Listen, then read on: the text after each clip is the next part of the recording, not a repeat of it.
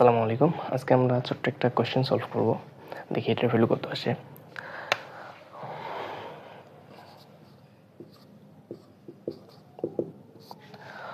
তো এখানে আমাদের কি লেখা আছে রুট ওভার 100%।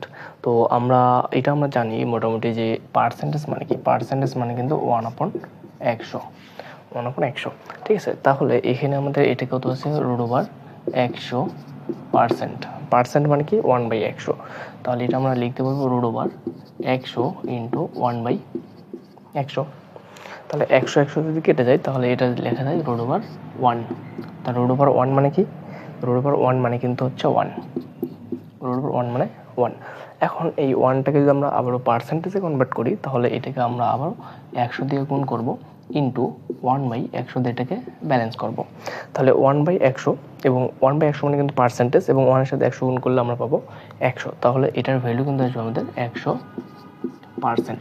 তাহলে রুট ওভার 100%, এটার ভ্যালু হচ্ছে 100%। এটা হচ্ছে এটার অ্যান্সার, এটা হচ্ছে এটার অ্যান্সার। ওকে।